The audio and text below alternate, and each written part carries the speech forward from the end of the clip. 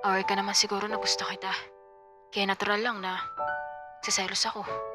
Kaya ako na mismo yung lumayo sa inyong dalawa. Kala ko di mo napansin. Kala ko tuluyan ka ng manhid.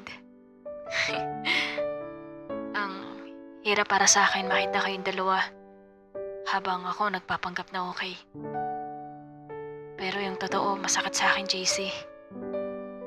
Yung ako yung pipili ng ireregalo mo kay Bianca. Yung sasamahan ka, bumili ng gamot niya.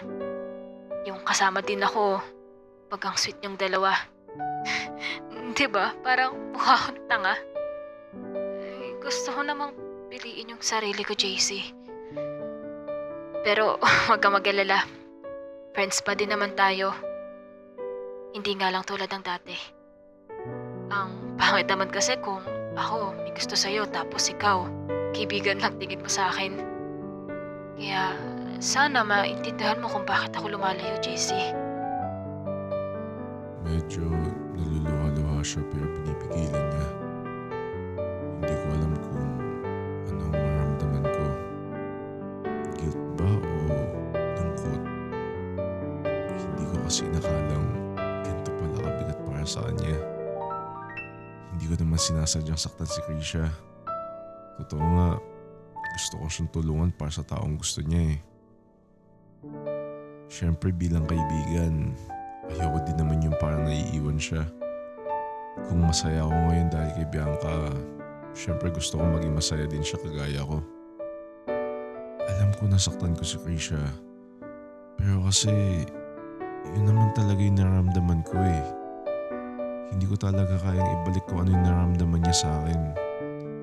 Alam ko unfair pero mas mali kung pipiliin kong mahalin siya kahit si Bianca naman talaga yung gusto ko. Ayoko siyang pasahin at mas lalong ayoko siyang lokohin. Siguro nga tama na rin na lumayo si Krisha kung yun yung mga pagpagaan ng loob niya. Ayoko na rin siya masaktan ng dahil sa akin. Medyo nakakalungkot lang kasi kahit paano may nagsamahan na din kami. Pero yun nga, masusundin ko kung ano yung laman ng puso ko. Love, ayos na yung PC ko, makakapag-join na ako sa'yo ng Minecraft. Talaga? Sakto, hinahanap ka kaya nila tuwing nagla-live ako. Si Krisha, sama mo kaya para tatlo tayo? Ay, baka kasi busy siya eh. Busy na naman. Hayaan mo muna, love. Sige. May ilang taon pa na makakasama ko si Krisha sa school. Ang awkward na nag-iiwasan kami. Tuwing makakasalubong ko siya, nakayuko lang siya. Nakikita ko din na kasama niya na yung mga kaibigan niya sa ibang section. Nasabi ko na din kay Bianca kung bakit lumayo si Krisha at naiintindihan niya naman daw. Actually, si Bianca pa nga nag-aaya isama ko si Krisha eh. Okay lang naman kasi talaga sa kanya. Walang issue sa amin yun. Tara, love. Kain tayo. Saan mo gusto? Sa Tokyo. Bigla ko na naman naalala si Krisha. Unang kain namin sa labas nun, sa Tokyo. Wala lang, naalala ko lang. Sa McDo, ayaw mo? Tokyo nga. Tara. Pagdating namin ng Tokyo, di namin inaasahan na makita namin si Krisha. Mag-isa siyang kumakain dun. Si Krisha? Tara, samahan kayo natin. Mukhang hindi magandang idea yon. Gusto mo ba sa iba na lang? Hindi, okay lang naman. Alam kong gusto mo dito sa Tokyo eh. Di pa kami napapansin ni Krisha. Iniiwasan ko makita niya kami. Pero kahit anong iwas namin, nakita niya pa din kami. Nagkatinginan kami nun. Medyo matagal.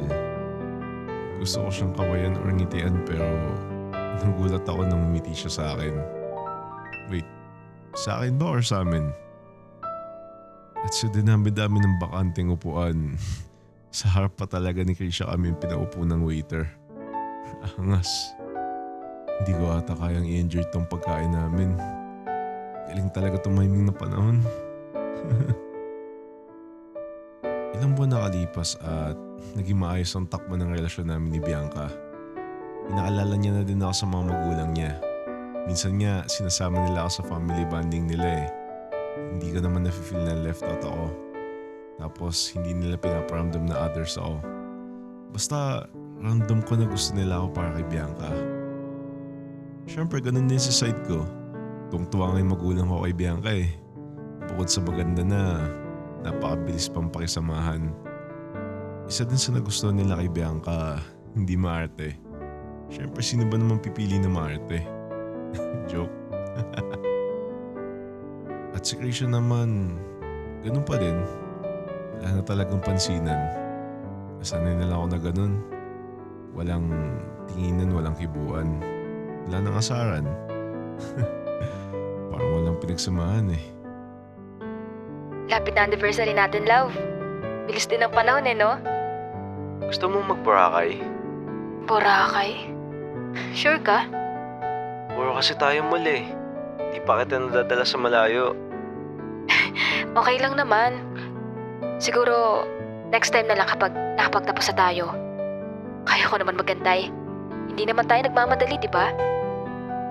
Kapag parehas na tayo nakapagtapos at nakapagtrabaho, tsaka na tayo mag-Boracay. Di basta. Sa anniversary natin, Boracay tayo. Mukha bang mapipigilan kita. At ayun, bakasyon na nung nag-anniversary kami ni Bianca. Nagpunta kami sa Boracay. Sobrang saya. Lalo na nung nakita ko na talaga nag-e-enjoy siya. Ang bilis nga ng panahon eh. Parang di ko damo yung bakasyon, pasok na kagad. Balik school ulit. Pero this time, hindi pumasok si Krisha. Hindi ko na pinansin baka nasa bakasyon pa yung babaeng yun. At umabot na nga na mahigit isang linggo na hindi siya pumapasok. Ang dami niyang namimiss na quizzes. Kung papasok pa siya, huli na siya sa klase. Pero nakapagtaka lang. Hindi siya hinahanap ng prof namin. Nasaan na kaya yung babaeng yun? Okay, class? Okay yung groupmates na. 3 members per group lang ha. Bilisan nyo. May papagawa pa ako after nito. Sir, paano naman po yung mga hindi pumapasok? Babagsak na po ba sila? Siyempre. Bakit? May hindi na ba pumapasok dito? Ano po eh, si Krisha po. Si Krisha? Opo. Paano hindi pumapasok nag-transfer na siya sa ibang school? Nag-transfer?